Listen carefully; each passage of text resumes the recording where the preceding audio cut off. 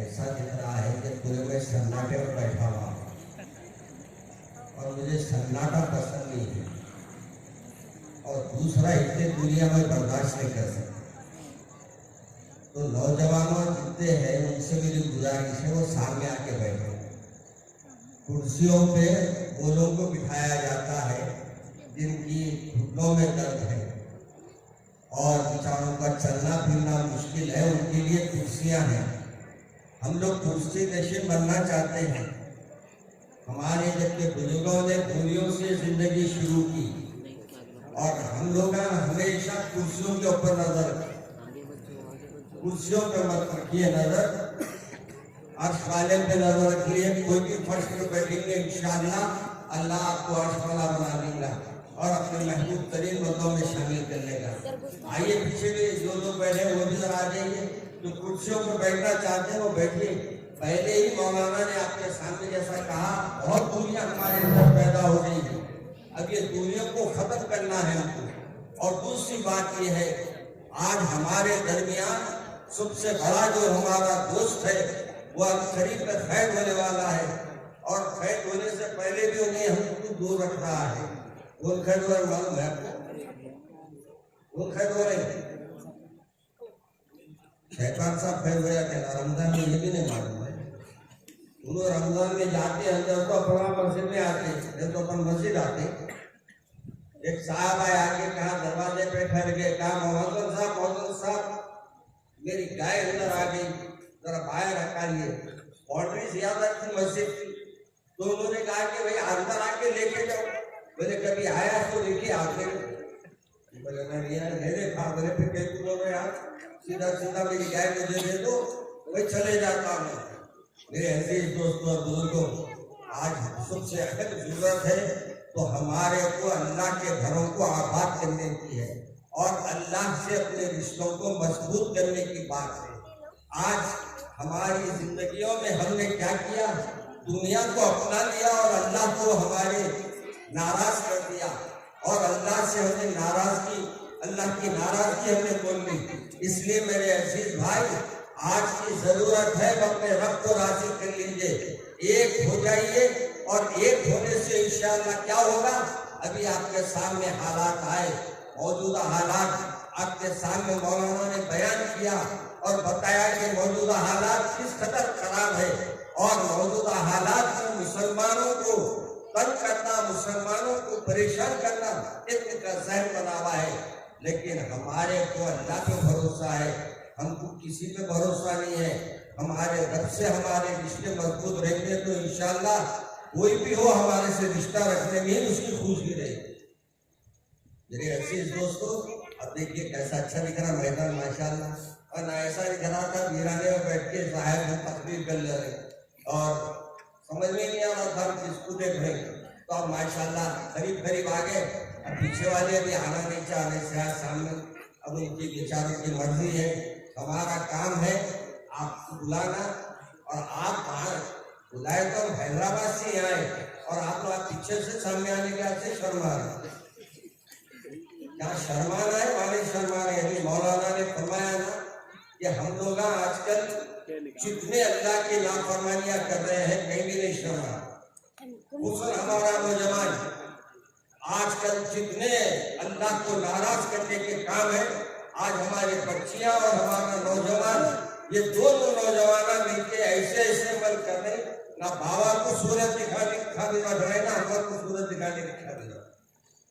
आज जरूरत इस बात की है मेरे ऐसे दोस्तों, आज हमारे को अपनी तारीफ को फिर अपने सामने रखना है, अपनी तारीफ दोहराना है और लोगों को ये बताना है कि हम जब आए तो अल्लाह के बयान को लेकर आए, और हम जब जाएंगे तो इंशाअल्लाह इंशाअल्लाह अल्लाह के बयान को लेकर आप तक पहुंचाकर आपसे उस पर अमल कराकर हम इंशाअल्लाह जाएंगे।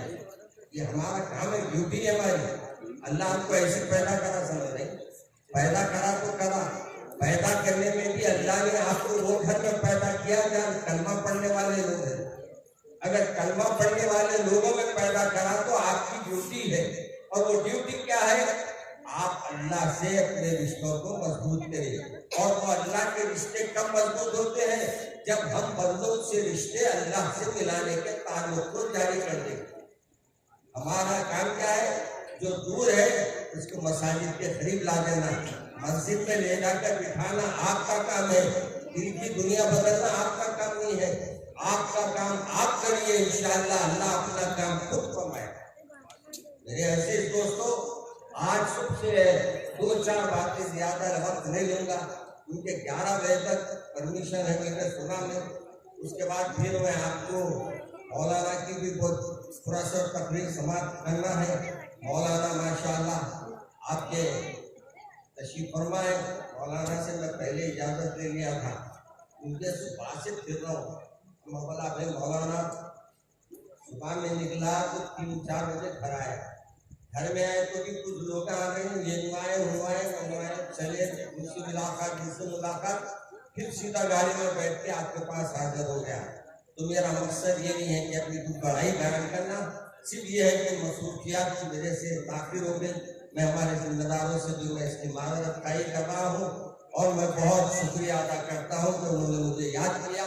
और अभी आप तारुफ की समाप्त फरमाए।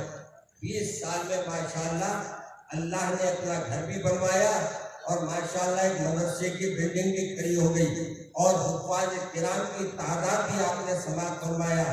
आज माशाअल्लाह अल्लाह के फज़ल करम से हमारे बचपने का दौर हम याद करते हैं, तो हमको आज अल्लाह का शुक्र अदा करते हैं कि हमारे बचपने में 4 मस्जिदों में अगर कुरान पाक सुनाई जाती थी तो 30-40 मस्जिदों में कुरान पाक सुनाने के लिए हाफिज नहीं मिलते।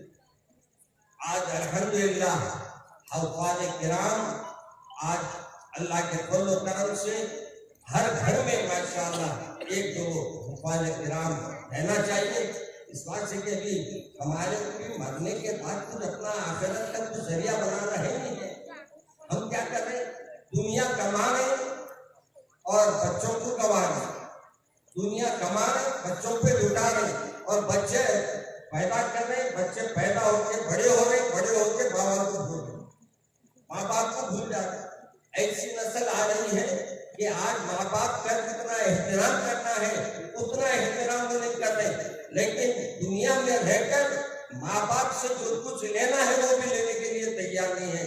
मेरे अजीज दोस्तों और बुजुर्गों, आपको मुझे चाहिए कि आज के जलसे में जो बातें कही गई है हम तय करके उठे कि आज से हम टाइम टेबल के लिहाज से जिंदगी गुजारेंगे।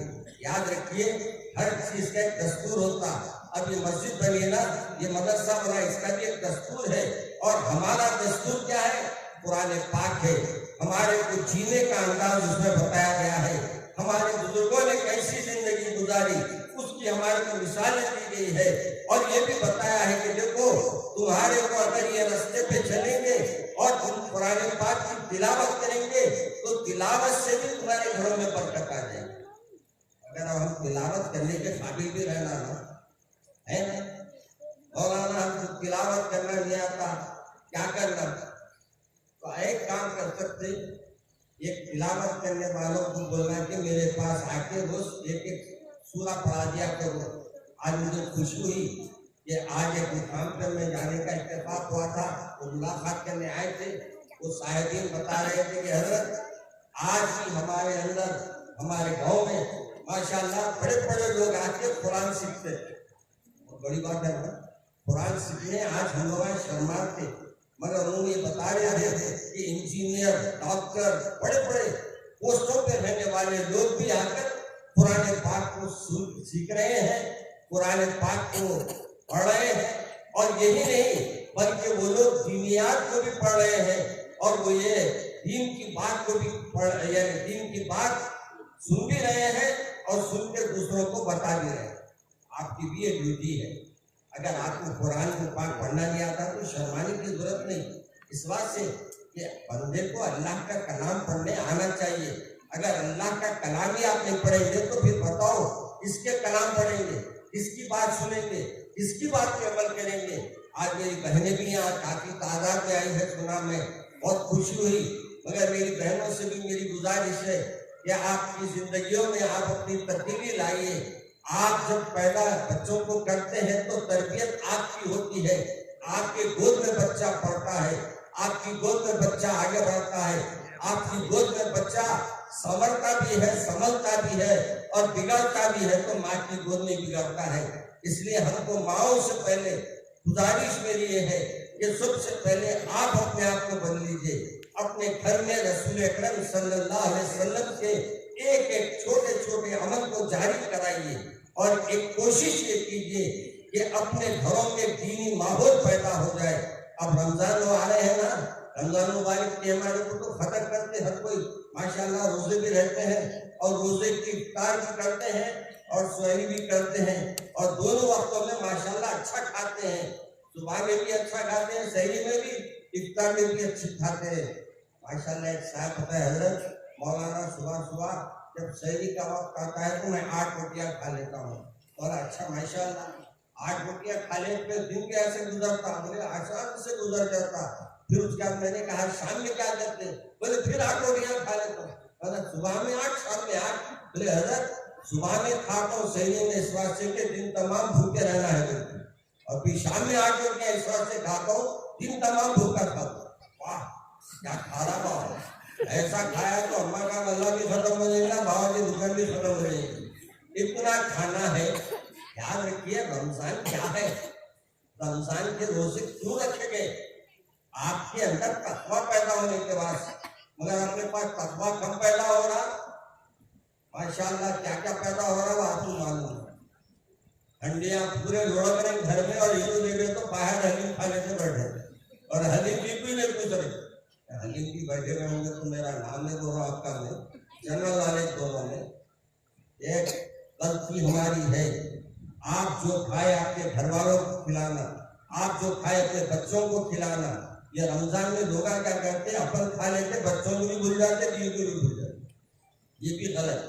इसलिए मेरे अजीज दोस्तों और बुजुर्गों, आज ये मदरसे को आकर बड़ी खुशी हुई और माशाल्लाह इसकी कारकर्दगी को सुनकर तो बहुत ज्यादा खुशी हुई।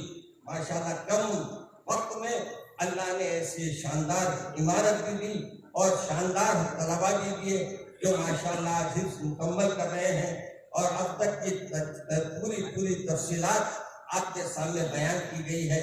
अब हमारा काम यह है कि हम भी इस मदरसे को मजबूत करना। कैसे करेंगे?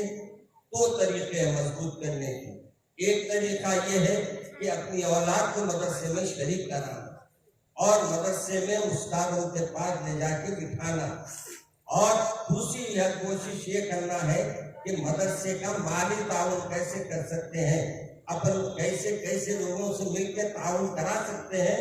आपकी और मेरी ड्यूटी है कि मदरसे का ताउन कराएं। और तीसरी जिम्मेदारी आपकी ये है कि जो बच्चे आज आले हाफिज बन के निकल रहे हैं, इनका भी पूरा ख्याल रखें और इनका एहतराम करें। आज हमारे पास उलमा का एहतराम कम हो गया है और उलमा के साथ हम लोगों का जहन थोड़ा गलत काम करता है और उनके जहनों में ऐसा कुछ बैठ गया है कि उलमा सिर्फ मदरसे चलाते, मियाँ ये मदरसे चला रहे हैं, तुम्हारे जनाजे की नमाज पढ़ने वाले मिलते हैं, ये मदरसे चल रहे हैं। अभी मौलाना ने फरमाया ना कि घर में कुरान पढ़ने वाला नहीं मिलता, लेकिन अगर कुरान पढ़ाना है तो लाके हमको बाहर से लोगों को बिठाना पड़ रहा। कितने अफसोस की बात है कि हम मुसलमान घराने में कुरान पढ़ने वाले हैं तो कैसा होगा। इसलिए मेरे अजीज दोस्तों, आप ये हुफ़ाज़ किराम का और उलमाए किराम का एहतराम करना और इनके साथ बेहतर सलूक करना, इनकी इज्जत आपकी इज्जत है। ये दुनिया में जो अपने को यानी कितनी मुसीबतें उठा लेते हैं और ये मुसीबतों के बाद अल्लाह तबारक व तआला इनको इज्जत अता फरमाता है, तो आप भी इनकी इज्जत करना और इनके मुकाम और मर्तबे का ख्याल रखना। और दूसरी गुजारिश ये है कि अभी आपने तकरीर पूरे समाज फरमा लिए हैं, अब मुख्तसर अंदाज में दो चार बातें अर्ज कर देता हूँ। पहली बात तो यह है कि कुरान पाक हमारे घरों में है, तो हमारा काम यह है कि कुरान पाक जितना मुश्किल हो सके सीखे और पढ़ने की कोशिश करें। याद रखिए, अभी मौलाना जैसा फरमाते हैं, अभी ने कहा ना है या यूनिश तातार के अफसाने से 5 बार मिल गए काबे को सनम खाने से।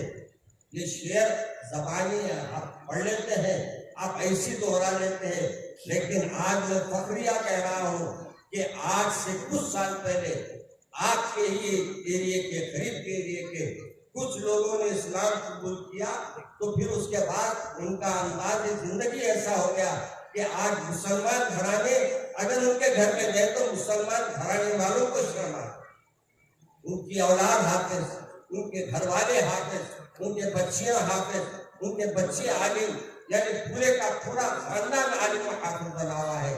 मालूम होता है मियां, जब अल्लाह चाहता है तो इस्लाम को फैलाना है तो गैर को भी लेके इस्लाम की दावत के लिए लगा लेता है, और गैर के सीने में भी अल्लाह कुरान उतार देता है, और सीना ऐसा बना दिया कि आज मुझे हैरत है कि एक बच्ची है, मैं जिसका नाम मैं नहीं ले सकता, वो एक बच्ची जो किसी और मजहब की थी, लेकिन आपको हैरत होगी, आई एक मुसलमान साहब के साथ, और जब मुसलमान साहब, कई जमाने पहले की बात कह रहा हूँ मैं, कई महीनों पहले की, कई सालों पहले की, ये वो जब आए तो दोनों एक ही कंपनी में काम करते थे। मगर जब हैरत कब हुई मुझे, जब वो इस्लाम के बारे में मुझसे सवालात की, और सवालात करते हुए उसने पूछा कि इस्लाम क्या है, मोहम्मद सल्लल्लाहु अलैहि वसल्लम कौन है, कुरान क्या है, और ये सब बातों को जब उनको बता दिए, उसके बाद हमारे नौजवान जो अपने साथ मुसलमान थे उनसे पूछा, हजरत ये जितने सवालात ये लड़की की है, इसमें से आप कितने जवाब जानते हैं, आपको क्या क्या मालूम है, कुरान कैसे नाज़िल हुई, वो बच्ची पूछ रही है, बताइए। बोले हजरत मुझे वाकिफ नहीं हूँ मैं इससे। बड़ा हैरत हो रही, आप मुसलमान घराने में, कहा कितने सूरे हैं, वो बच्ची पूछ रही, बोले मुझे नहीं मालूम, कुरान पाक कब उतरा, कैसे उतरा नहीं मालूम, किस पे उतरा नहीं मालूम।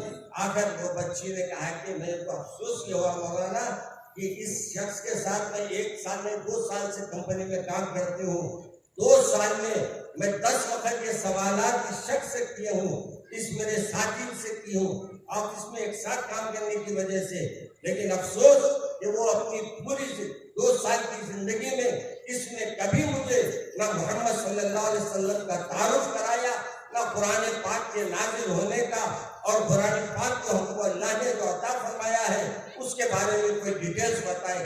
आज बताओ, हम लोग थोड़ा अपने दिलों पे हाथ रखो और ये सोचो कि क्या हम कुरान के बारे में जानते हैं, क्या हमारे को कुरान पाक कहाँ नाजिल हुआ मालूम है, कुरान पाक की पहली आयत कहाँ नाजिल हुई मालूम है, कुरान पाक में हम कितने अल्फाज को हम पढ़ सकते हैं, हमारे लिए कितनी दुश्मनियां होती है, क्या हमने उसकी इस्लाह करने की कोशिश की। आज हम लोग सिर्फ नाम के मुसलमान रह गए, और ये मुसलमान ऐसे जब तक रहेंगे ना, ऐसे ही हमारे ऊपर सितम होते रहेंगे, मसाइब आते रहेंगे, परेशानी आते रहेंगे। आपका ये काम है कि अपनी औलादों को बताना कि ये कलाम अल्लाह के रसूल पे नाजिल हुआ, और ये कलाम कैसे कैसे नाजिल हुआ, और ये कलाम में अल्लाह आपको क्या मुखातिब कर रहा है। आपको मालूम, आज के दौर में इस्लाम को लोगों ने अभी भी जो हमसे नफरत करने वाले हैं, जो हमारे से दूर होते हैं, वो भी आज इस्लाम को सीखना चाहते हैं, इस्लाम को जानना चाहते हैं, मगर हमने इस्लाम उनको बताया नहीं। हमारे को देखकर उन्होंने इस्लाम समझ रहे हैं, हम इस्लाम में है, मुसलमान है, मगर मुसलमान पूरे का है पूरे है, मुसलमान पूरे है तो आए ना बोलो मियां, 5 वक्त नमाज पढ़ते तो पूरे मुसलमान है, 5 वक्त पूरे पढ़ते। मौलाना जब जब याद आ जाती नमाज, कब याद आती मौलाना, बोले जब जब सन्नाटा आता जेबों में मस्जिद को चले आता, मस्जिद को देखो जाते मियां, बोले वहीं जाके मांगे तो मिल जाता, बोला चबूतर मस्जिद के अंदर मानते या चबूतर पे बैठ के मानते, कहाँ बैठ के मानते, बोले नहीं मौलाना मैं चबूतरे पे नहीं मानता, मैं अंदर जाके अल्लाह से मानता हूँ। बोला अल्लाह का शुक्र है, दुआ का बोला मस्जिद को जाके मंगरा बोले तो वाला मंगने वालों की कमी नहीं है, आजकल हमारा स्टूडेंट भी माशाल्लाह जो टाई वाई लगा के जाके ठहर के मंग रहा हूँगा, आजकल टाई वाले नहीं मंगने समझ रहे हैं तो भी मगर फकीरों में चेंजेस आ गए। क्या चेंजेस आ गए आपको नहीं मौलाना? कैसे चेंजेस आ गए? एक फकीर है मस्जिद के दरवाजे पे, एक फकीर है बच्ची के दरवाजे पे जाता। क्या करता है? एक फकीर मस्जिद में आता, दूसरा फकीर जब बच्ची देखने जा रहे हैं वहां छुपा लेके जा रहे और वहां बोली लगती उसकी, मेरा बेटा डॉक्टर है, क्या मिल गया? वो मेरा बेटा इंजीनियर है, क्या मिल गया? हमारे वालिद रहमतुल्लाह अलैह फरमाते थे कि पहले जमाने में मशहूर था करते। क्या मशहूर था? जिस घर पे उल्लू बैठता वो घर वीरान हो जाता। उल्लू मालूम है ना? नहीं मालूम है? आपके गाँव में तो उल्लू नहीं होंगे मेरे ख्याल में, है तो भी देखो रखो उसको, वरना अपन पहले से उल्लू बने हुए हैं किसी ना किसी अंदाज में और उल्लू बन जाए। तो बोले जिस घर पे उल्लू बैठता है वो घर वीरान हो जाता है, यानी घर बर्बाद हो जाता होगा। तो मौलाना फरमाते थे मेरे वालिद रहमतुल्लाह अलैह, एक उल्लू बैठा तो घर वीरान होता, एक उल्लू घर को आना तो घर वीरान हो जाता। अब तुम भी उल्लू है वो दामाद सलीम, कैसा फर्स्ट क्लास भिखारी रहता, नहीं टाई वाई लगा के आके मैं ये गाड़ी नहीं, ये गाड़ी बुला, ये गाड़ी में तो ये गाड़ी होना, ठीक है बेटे ये गाड़ी नहीं ले। मगर गाड़ी चलाने से पहले ये तो देखो तुम घर को चला सकते नहीं चला सकते। आज सबसे बड़ी बात यह है कि आज हमारे घरों में सबसे बड़ी मुसीबत यह है कि हम दीन को समझें। आज शादियां होती हैं तो क्या समझते लोग? जहरी अय्याशी। हमारे को अय्याशी नहीं करना है, हमको शादी भी हमारे रसूल ने सुन्नत बना दिया है। किसी दुनिया के किसी मजहब में शादी सुन्नत नहीं है। ये शादी हम करते हैं तो हमारे को एक अल्लाह के रसूल की सुन्नत पूरी करने का सवाब मिलता है। आज हमारे कोई भी मजहब में जाओ कोई भी सवाब नहीं है, बीवी को खिलाओ कहीं भी सवाब नहीं है। लेकिन यहाँ ये है कि अगर कोई मुसलमान अपनी बीवी के लिए अपने बच्चों के लिए ये तय करके जाता कि मैं मेहनत करके ला रहा हूँ इस बात से कि मैं अपनी औलाद को हलाल रोटी खिलाऊं, अल्लाह उसकी मेहनत में भी उसको अजर अता। हमारे को कितनी आसानियां समझ रहे हैं, हम लोग उसकी कदर ही नहीं करते, जाने ही नहीं हम लोग। मेरे अजीज दोस्तों और नौजवानों, मेरी बहनों से भी मेरी गुजारिश है, मौजूदा हालात में हमारे को दीन पे चलना है।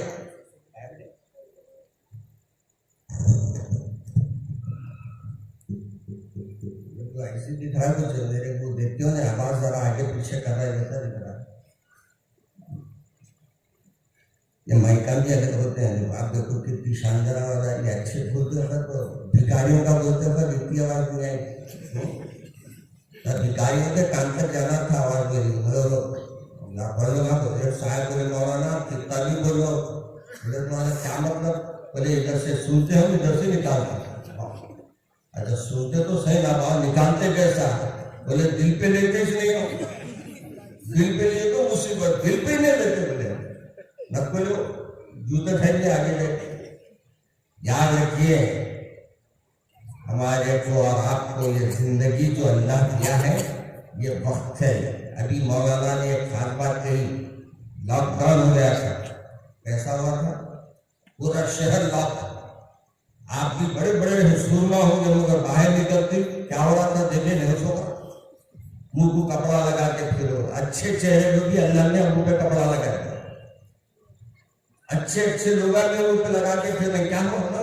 बीमारी आ जाएंगे। अरे आना है तो तू कपड़े में से भी घुस के आती रहे, मगर एहतियात एहतियात एहतियात बोल के हमको इतनी एहतियात कराई कि हमारी तालीमी निजाम खराब, आज हमारा माहौल खराब हो गया, हमारे घरों के बच्चे चाहे हो गए। मगर मेरे ऐसे दोस्तों और बुजुर्गों, पुराने पाक की तफसीर, पुराने पाक के बारे में कुछ बातें तो आपने समाप्त फरमा ली, इस बात से मैं जनरल नॉलेज पे आपके पास आया हूँ और दो चार बातें अर्ज करूँगा क्योंकि मेरे को 10:30 सवा 10 तक कब तक बोला है इमाम हजरत के। हाँ ऐसा है, घड़ी देख के तकरीर करना नहीं आता हमें, पहले तो जरा बड़ी बड़ी बनू और पीछे मौलाना बैठे उनके पीछे बोले कि बोले तो 5 मिनट में खत्म। कैसा खत्म? ये बोलना आसान तरकीब सुना दे रहा हूँ, बात करना नहीं आया तो इतना ही बोला जाए। मैं जो बोलना चाह रहा हूँ आप समझे, आप क्या समझना समझ गए, बस समझ गए तुम बोलने की क्या बोले बोल उतर के चले आओ। मगर बेचारे इतनी दूर से बुलाए ऐसी जहाँ में तो फिर वो बोलेंगे आइंदा इसको बुलाओ मत। मगर मेरी जिंदगी में मेरे वालिद माजिद रहमतुल्लाह अलैह ने जिस काम को दिया है अल्लाह के फजल से उस काम को लेके चल रहा हूँ। और याद रखो हर चीज अपने बुजुर्गों की दुआओं से मिलती है। एक होता दुआ लेना, एक होता दुआ कराना। अपन लोगों में जाके क्या होगा ऐसा करके और मेरा से दुआ करो, मैं दुआ क्या काम करना कर मान के बोला दुआ करो। और ये दूसरी एक बड़ी नफरत की चीज है, क्या है भाई, जब जाते जाते सफों में से आप गुजर के जाते किसी को, उसके बाद उसको हाथ लगा के क्या बोल रहे हैं उसको, मैं मारा क्या कर लेता पहले क्या कैसा है? ये बोलना चाहिए भाई माफ कर दो, ये मुझसे निकल रहा ना, तो हाथ लगा के करते हैं मैं मारो दोबारा बोला तो अरे मारो। याद रखिए हमारे प्यारे रसूल सल्लल्लाहु अलैहि वसल्लम ने हमको क्या फरमाया मालूम? जहाँ जगह मिली बैठ जाओ, एक के ऊपर खुदल के मत जाओ, छलांगा मार के आते आखिर में बैठते पहली सब में। अच्छा फिर आके ऐसा सामने बैठते, जब वो सामने बैठे तो बेचारा परेशान, मेरी जगह चले गया मैं कहाँ जाऊँ पीछे गई। कभी भी याद रखिए मसाजिद का एहतराम भी हमारे पास है, बावजूद जाया करो। आजकल हम लोग मस्जिदों में जाते हैं तो जितना थकाना है वहां थका, और जितना पानी बहाना है वहां बहा। अल्लाह के पास वो पानी की भी पूछे, जो आप अल्लाह के घर का पानी बहा रहे ज्यादा बह रहा है तो उसके भी आपसे सवाल किया जाए। इसलिए मेरे अजीज दोस्तों, मैं बातों में इधर आ गया तो मैं ऐसा कर रहा था कि आपको और मुझे भी अपनी जिंदगियों को बदलने के लिए टाइम टेबल बनाना पड़ेगा। और जैसे अल्लाह तबारक व तआला ने अल्लाह के रसूल के जरिए से हमको जो हुक्म दिया है उस हुक्म की तामील करना चाहिए। और हमारी बहनों से भी मेरी गुजारिश है कि आप अपने घरों में जमानी मदरसा है और दीनी मदरसा नहीं है यार, खवातीन का नहीं है, खवातीन का मदरसा भी खोलना मौलाना से मैं गुजारिश करके जा रहा हूँ इंशाअल्लाह बहुत जल्द। इस वास्ते कि माँ की गोद पहली दरगाह होती, माँ अगर बावजूद रहना सीख ली तो औलाद बावजूद रहती। आज हमारा माहौल इतने घरों का खराब हो गया है कि हम लोग अल्लाह के रसूल की बात छोड़ दिए हैं और हमारे घर वाले पूरे, एक खातून को देखा मैं, एक बखर आके रो रही मेरे सामने, बोला हुआ क्या माँ क्यों रो रही? बोले मैं रोने की वजह ये है मौलाना, मेरी अम्मी जान 3 दिन से रो रहे। बोला वजह क्या है माँ, क्यों रो रही? तो बाद में बोले मैं रो रही हूँ इस बात से मौलाना, इन सीरियल में कोई मर गई कहते उस बात से रो रहे हैं। दीवाने दूसरा सीरियल बता के उसको जिंदा बता देना था नहीं अम्मा को। बोले नहीं अम्मा बूढ़े हो गया ना, इतना जल्दी दिमाग में से नहीं जाता। बोला आखिरी वक्त में दिमाग में से क्या जाना है नहीं जा रहा, वो जो नहीं जाना है वो नहीं जा रहा दिमाग। हम लोगों को भी अपने सीरियलों से दिल मत लगाइए। आज हमारे घर माशरा इतना खराब हो गया है और इतनी बर्बादियां हो रही है और इतने हालात खराब है कि आज आपको हैदराबाद में हमारे को एहसास होता है कि आज मुसलमानों की हालत क्या हो रही है, आज मुसलमान हमारा कितना बिखर गया है। इसलिए मेरे ऐसे दोस्तों और बुजुर्गों, आप लोगों को भी मेरी गुजारिश है, मेरी बहनों से भी मेरी गुजारिश है, मोबाइल को देखना कम कीजिए, अल्लाह को देखना शुरू कर दीजिए। मोबाइलों पे बहुत देख लिया आपने, हर नौजवान आजकल माशाल्लाह मोबाइल स्मार्ट हो गया, स्मार्ट अल्लाह अकबर, ऐसे स्मार्ट बने। एक साहब का भी मैं लतीफा सुनाया, एक अम्मा बाप बेचारे गांव से आए तो बेटे के कमरे में चले गए अचानक, तो अंदर वो ब्लैंकेट ओढ़ लेके मोबाइल देख लेते बैठे जाए। अम्मा जल्दी जल्दी जाके खुश होकर अपने मियाँ को नींद में से उठा के बोली इधर तुम्हारा बेटे का सीना चमक रहा, कितना लेट हो गया मेरे बेटे का सीना चमक रहा, जल्दी जल्दी वो भी आए बाहर आके कहा है बेटा, मोहम्मद कमरे में आराम कर रहा बेटा। वहां जाके देखे तो बेटा मोबाइल में देख रहा है, क्या क्या देख रहा अल्लाह वाला ब्लैंकेट को। अम्मा समझ रही सीना चमकना, सीना चमकता वो देखे तो है सो चमकीले चीजें खत्म हो जाते हैं। तो मेरे अजीज दोस्तों, आप लोगों से भी गुजारिश है, रात की जिंदगी को अपने रातों में बेवक्त अपने घरों से बाहर मत निकला करो, चबूतरों पर मत बैठा करो। अल्लाह की रसूल सल्लल्लाहु अलैहि वसल्लम ने फरमाया कि सबसे बेहतरीन घर जो है वो नमाज फजर में उठने वाला है। नमाज फजर में उठो, हय्या अल सलाह, हय्या अल फलाह, जब जब आपको आवाज आई आप मस्जिद में जाओ और इमाम साहब के पीछे नमाज पढ़ लो। इमाम साहब के पीछे इस वजह से बोल रहे हैं, अगर आपको कोई चीज याद नहीं है तो इमाम साहब की वजह से आपकी नमाज तो मुकम्मल हो जाएगी। इसलिए इमाम साहब के पास जाके मस्जिद में नमाज अदा करो।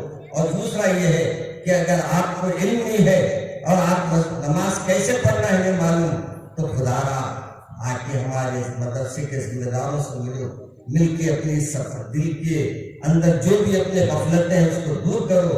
उलमा की सोहबत से आगे दूर हो जाते हैं गुनाहों से आप, बल्कि 99% गुनाहों से दूर हो जाते हैं। इसलिए कोशिश कीजिए कि उलमा की सोहबत पर बैठा करें, इन हुफ़ाज़ किराम की सोहबत पर बैठे। मेरे से एक साहब नौजवान आके बोले, मौलाना आप हमारे उलमा की सोहबत पर बैठो, अल्लाह वालों की सोहबत बैठो, अल्लाह वाले दुनिया में क्या है? बोला अच्छा क्यों भी नहीं है? तू तो है ना दुनिया में। बोले मैं तो हूँ दुनिया में। बोला तू दुनिया में है तो समझ अल्लाह वाले की है, तू जो हूँ है बोलते तू भी कहा है। हजरत ऐसी कैसी बात कर रहे आप?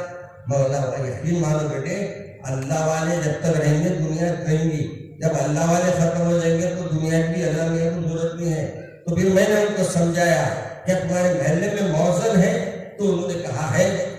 मौजन क्या करते? बोले 5 वक्त अदा देते।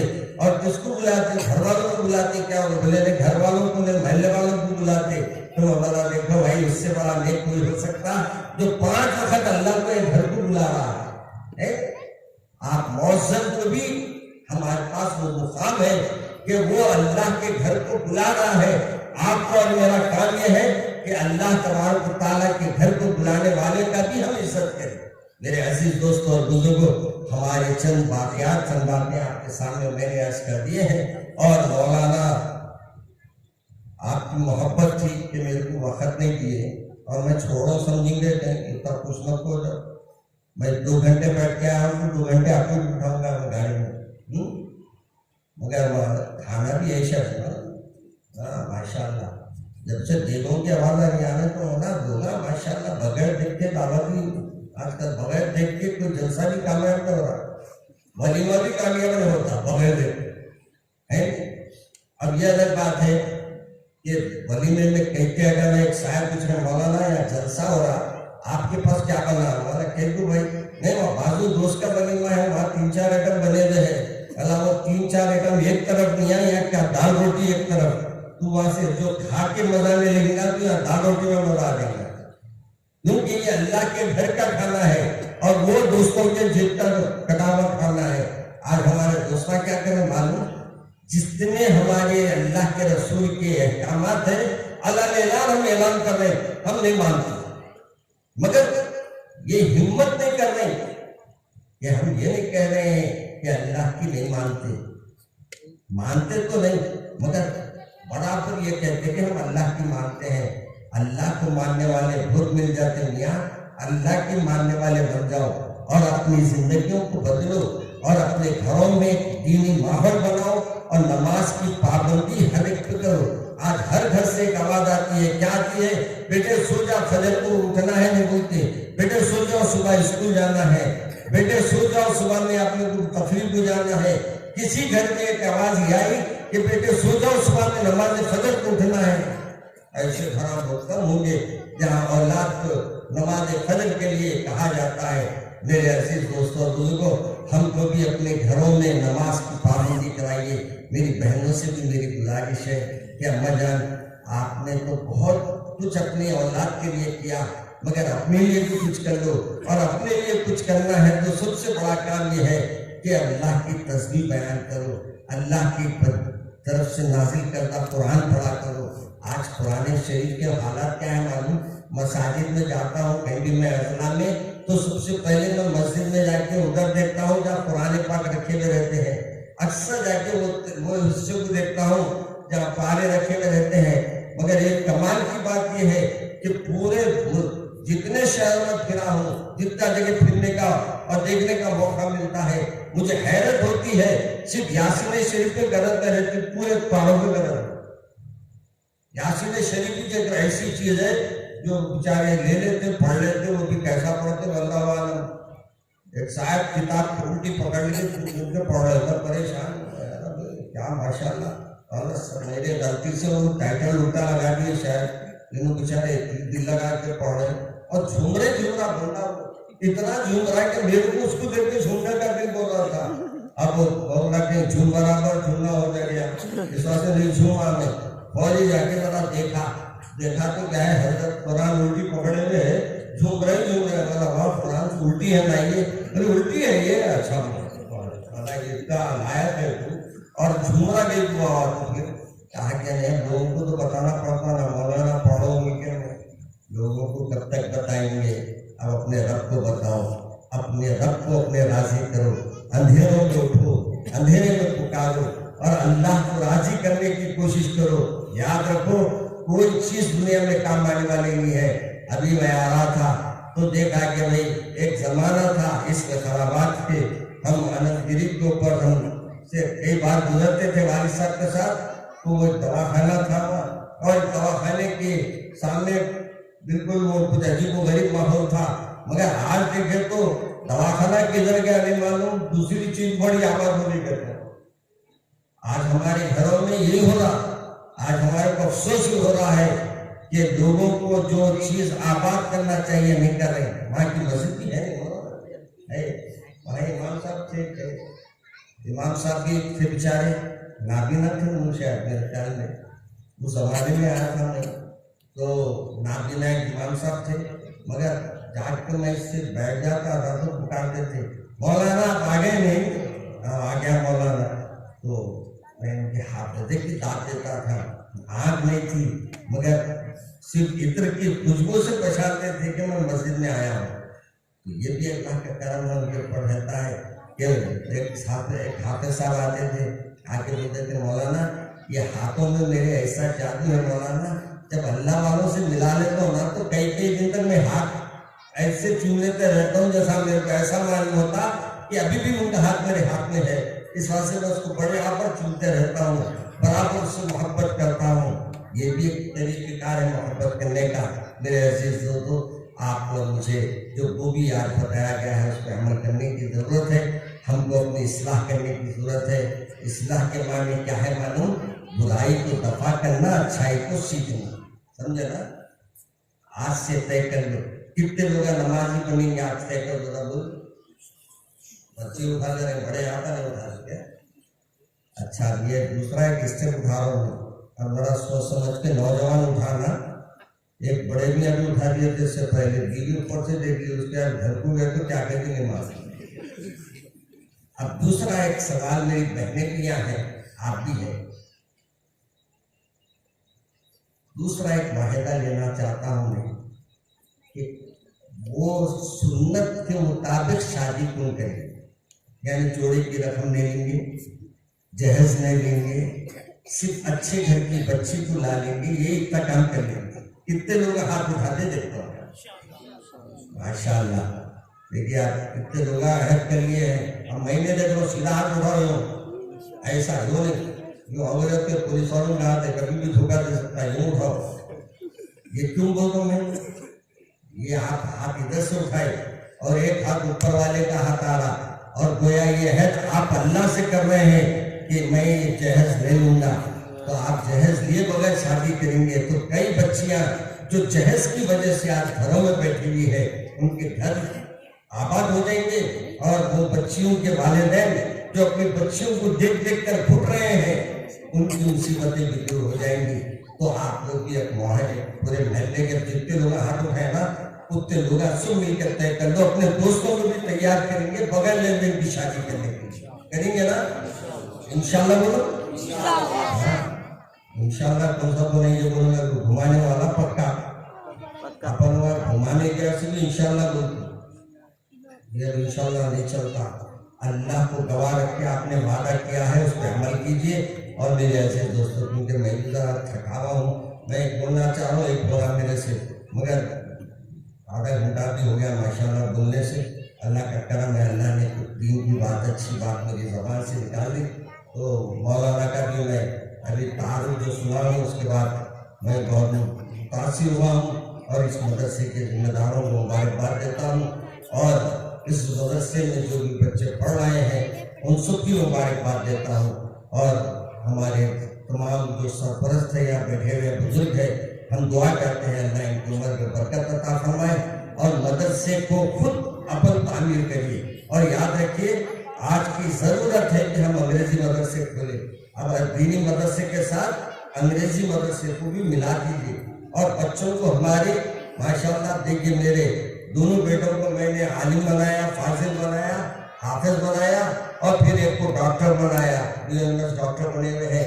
और एक को, क्योंकि मेरे पास खजात चलती है, शरई अदालत चलती है, रोज तकरीबन 4 सेट केसेस मुसलसिल आते रहते हैं। तो कानून, हमारे जो वकला है वो कानून के अंदर इतने महू हो जाते हैं कि उनको शरई कवानीन नहीं मालूम। इसलिए मैंने अपने बेटे को एक वकील बनाने के लिए, उनको एक वकालत के लिए तैयार किया। इसलिए तैयार किया, कमाने के लिए नहीं, ताकि मुसलमानों के जो मसले हैं, जो अदालतों में जाके परेशान किए जा रहे हैं, उससे उनको छुटकारा दिलाने के लिए मैंने उनको, अल्लाह के फौज से वो भी 3रे साल में है और अभी कोर्ट जाते हैं। और बहुत से मसाइल को अल्लाह के फौज से हम अपने ऑफिस में हल करते हैं। आपको और मुझे अल्लाह के फौज से अल्लाह ने हमको तौफीक अता फरमाई कि हम अच्छे से अच्छी जिंदगी बसर कर सके। आइए रब्बना तक़ब्बल मिन्ना इन्नका अंतस समीउल अलीम व तुब अलैना इन्नका अंतत तव्वाबुर रहीम। सुब्हाना रब्बिका रब्बिल इज्जति अम्मा यसिफून व सलामुन अलल मुरसलीन वल्हम्दुलिल्लाहि रब्बिल आलमीन।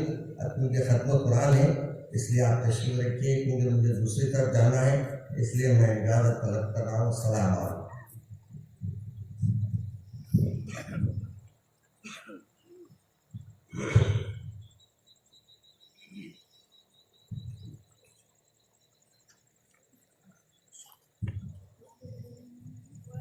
माशाअल्लाह, इथे मौलाना मोहम्मद हुसैनुद्दीन